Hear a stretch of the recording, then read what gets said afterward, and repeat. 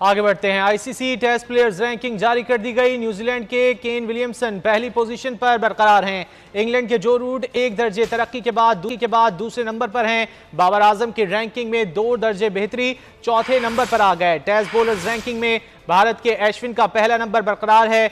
शाहीन आफरीदी की रैंकिंग में 3 दर्जे बेहतरी हुई है। तफसीलात जान लेते हैं एजाज वसीम से। एजाज, मजीद क्या तफसीलात हैं?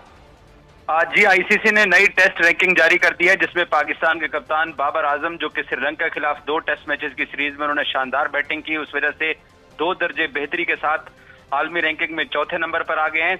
जबकि इंग्लैंड के जो रूट हैं उनका नंबर दूसरा आ गया है। न्यूजीलैंड के केन विलियमसन की पहली पोजीशन है। और अगर पाकिस्तान के दीगर बल्लेबाजों की बात की जाए तो डबल सेंचुरी स्कोर करने वाले सऊद शकील और अब्दुल्ला शफीक 15वें और 21वें नंबर पर आ गए हैं।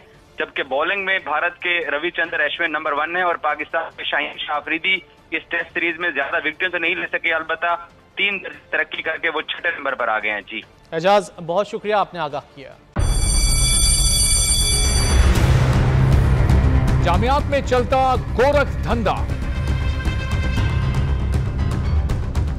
नौजवानों के मुस्तकबिल से खेलने वाली काली भेड़ों के आगे हुकूमत और इंतजामिया मुकम्मल बेबस। मुस्तकबिल के मेहमानों के तहफ्फुज के लिए बोल ने उठाई आवाज, सहाफती फराइज को निभाते हुए पहुंचाई हर खबर अवाम तक। बड़े स्कैंडल से जुड़े तमाम हकाइक रखे अवाम के सामने, क्योंकि बोल है पाकिस्तान का नंबर 1 न्यूज चैनल।